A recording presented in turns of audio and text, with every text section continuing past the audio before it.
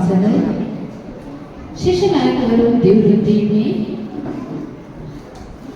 නිල ලාංඡන පැලැදීමේ නිල උත්සවය මේ මොහොතේ ආරම්භ කිරීමටයි සූදානම් වන්නේ.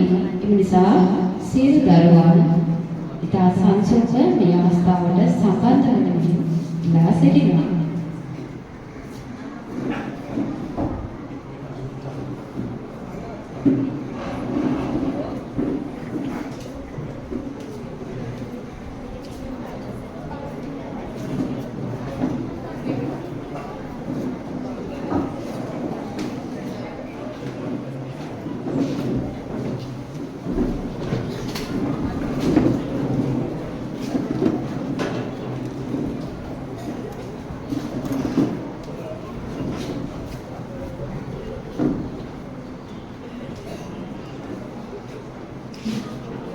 කල්‍යාණ ප්‍රදීප දහම් පාසලේ ප්‍රධාන අනුශාසක ස්වාමීන් වහන්සේගේ සහ මහා සංඝයාගේ සැපවීම මේ මොහොතේ සිදුනා. අපි සියලු දෙනා එකත්පස්ව මේ අවස්ථාවේ සූදානම් වන්නේ අපගේ න්‍යාය පත්‍රානුකූලව උත්සව සභාවේ වැඩ කටයුතු ආරම්භ කිරීමටයි. ප්‍රථමයෙන් පොල්සෙන් පහන් දැල්වීම සිදු කිරීම සඳහා මා ගෞරවයෙන් ආරාධනා කර සිටිනවා අප දහම් පාසලේ ප්‍රධාන අනුශාසක ස්වාමීන් වහන්සේ, ආචාර්ය මණ්ඩලයේ සියලුම දෙනා, දෙමාපිය නියෝජනයෙන් මාවට සහ පියතුමකට හිටපු ශිෂ්‍ය නායක මණ්ඩලයේ නියෝජනය වෙනුවෙන් දරුවන් දෙදෙනෙකුට සහ අපගේ දයාබර ගුරු මණ්ඩලයේ සියලු දෙනාම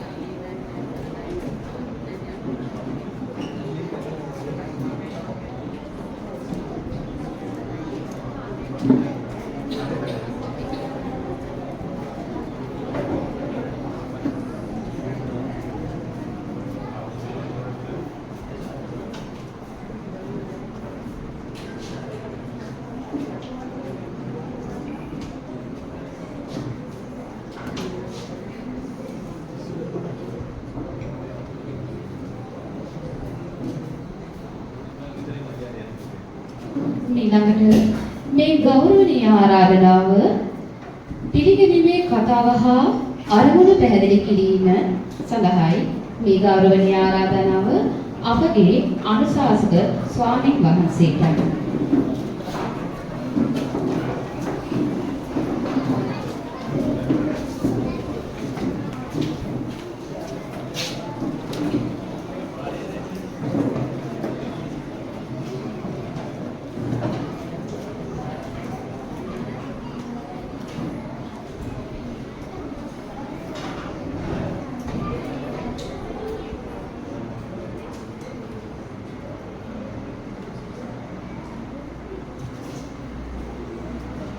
අපේ ධර්ම විද්‍යාලයේ ධර්මාචාර්ය කරුකටයුතු අපේ නවකන්දේ නන්දරත්න විහාරගුරු අපේ ධර්ම විද්‍යාලයේ උපප්‍රධානාචාර්ය W.K. විරතුංග මහත්මයා අතුරු ආචාර්ය මහතුනි දෙමව්පියනි දරුවනි 2026 වර්ෂයේ ධර්ම විද්‍යාලයේ නවක ශිෂ්‍ය නායක මණ්ඩලය දිවුරුන්දී මහා නිර්ලාංඡන පැවැත්වීමේ උත්සව සභාවට සහ සම්බන්ධ වුණු සියලු දෙනාම ධර්ම විද්‍යාලය වෙනුවෙන් කාම ගෞරවයෙන් මේ මොහොත පිළිගනු ලබමු. විශේෂයෙන්ම අද මේ කටයුත්ත හැමෝටම පැහැදිලි. ශිෂ්‍ය දරුවෝ අතරින් තෝරාගත් දරු දෙවියන් නායකවරු හැටියට පත් කරගෙන ප්‍රධාන ශිෂ්‍ය නායක නායිකා ධුරවලට දරුවෝ පත් කරගෙන ශිෂ්‍ය කාල පරාසය තුළම ධර්ම විද්‍යාලය පරිපාලනයට ඒ දරුවෝ සහ සම්බන්ධ කරගෙන නායකත්ව හැකියාවන් කුසලතාවයන් දියුණු කිරීමේ සංවර්ධනය කිරීමේ අරමුණ පෙරදරි කරගෙනයි මේ කටයුත්ත සිද්ධ වෙන්නේ. විශේෂයෙන්ම ශිෂ්‍ය ජීවිතය තුළ මේක ලොකු අවස්ථාවක්. තමන්ගේ හැකියාවන් කුසලතාවයන් වර්ධනය කරගෙන අනාගතයේ යහපත් පුරවැසියෙක් හැටියට මේ සමාජයේ උන්නතිය අභිවෘද්ධිය වෙනුවෙන් ස්වකීය දායකත්වය සැපයීම සඳහා යම් පන්නරයක් ලබා ගැනීම. විශේෂයෙන්ම අද දවසේ ශිෂ්‍ය නායක දුරවලට පත්වන දරුවෝ විශේෂයෙන්ම මේ ධර්ම අධ්‍යාපන ජීවිතය තුළ ඒ තමන් ලබපු ජයග්‍රහණය පිළිබඳව වඩා සතුටට පත් වෙන්නට ඕන. විශේෂයෙන්ම බොහෝ දරුවෝ හැකියාවන් කුසලතාවයන්ගෙන් පිරිපුන් දරුවෝ විශේෂ හැකියාවන් කුසලතාවයන් අනුව තෝරාගත් නිර්ණායකයන් පදනම් කරගෙන ඒ පන්ති වල දරුවන්ගෙන් ශිෂ්‍ය නායක දුරවලට දරුවෝ තෝරාගෙන තියෙනවා. ඒකට මේ කාර්යභාරය තුළ ලොකු වගකීමක් Tamanට පැවරෙනවා. සෑම ඉරු දිනකම දහම් පාසල් ලැබිලා දහම් පාසලේ අරමුණ දැක්ම අනුව කටයුතු සිද්ධ කරලා මේ ගුණ හපක් වටිනා කියන දරු කැලක් නිර්මාණය කරගන්නට දායකත්වයේ සපයන්න ඕනේ. අපේ දහම් පාසලේ දැක්ම තමයි නැන බල නගමු යහ ගුණ වඩමු. මේ දැක්ම තේමාව පදනම් කරගෙන කටයුතු සිද්ධ කරන්නට ඕනේ. දැන් අපේ දැක්ම නැන බල නගමු යහ ගුණ වඩමු කියන මේ කාරණේ වගේම ආදර්ශ පාඩේ හැටියට අපි අරගෙන තියෙන්නේ පාපානම් අකරණම් සුඛං. භවෙන් වැළකීම තමයි සැපයට හේතු වන කාරණේ කියන වගේ. ඒතර අපේ ජීවිතය තුළ අපේ අවබෝධයෙන් වැඩ කරන්න.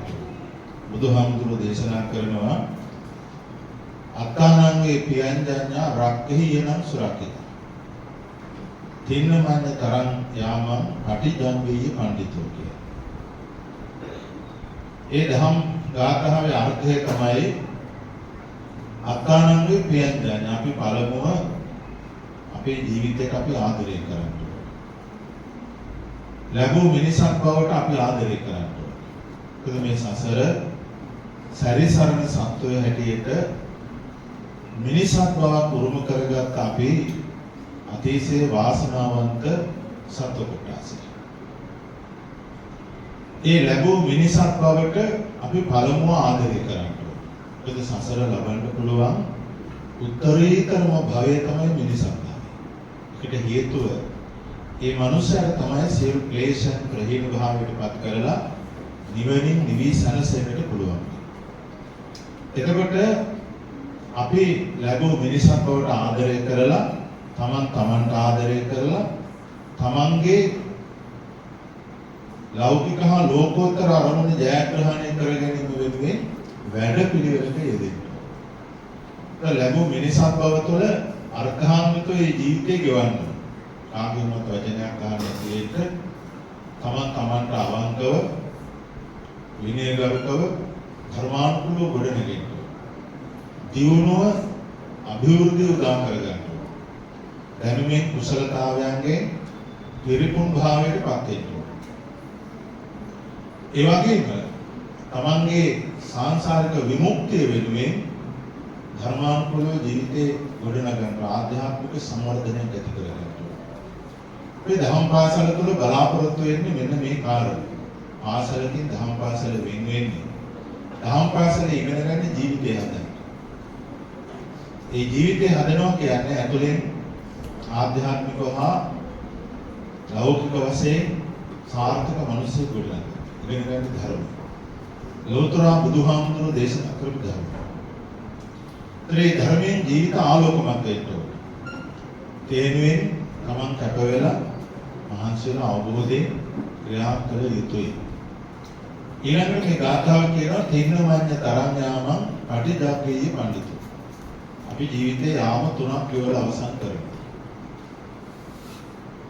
ළමා කාලය, තරුණ කාලය, මහලු කාලය. බුදුහාමුදුරුවෝ දේශනා කරන මේ යාම තුනෙන් එක් යාමයකදී හරි පටිජාකේය පඬිතු පිළිවෙතට අනුගත වෙන්න ඕනේ. නුවණැතිව ඒක ළමා කාලේ ධර්මයත් එක්ක එකතු වෙලා ජීවිතේ ධර්මානුකූලව ගොඩනගන්න ඕනේ.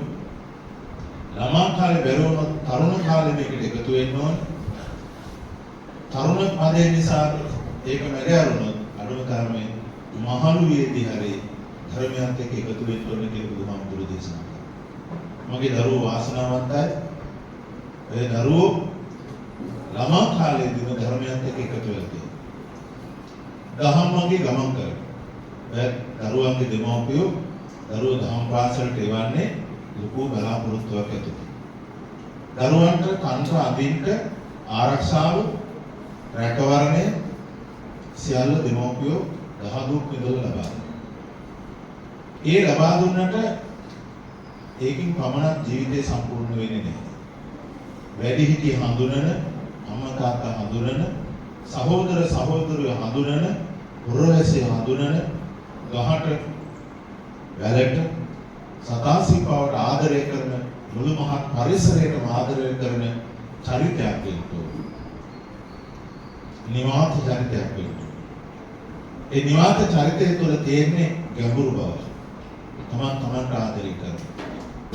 මේ පරිසරයට ආදරය කරන. මුළු මහත් ලෝකයටම ආදරය කරන, ගරු කරන නිවුණු සනසුණු චරිතයක්. දෙමෝපියන්ගේ බලාපොරොත්තු දුවේ පුතේ ඒක.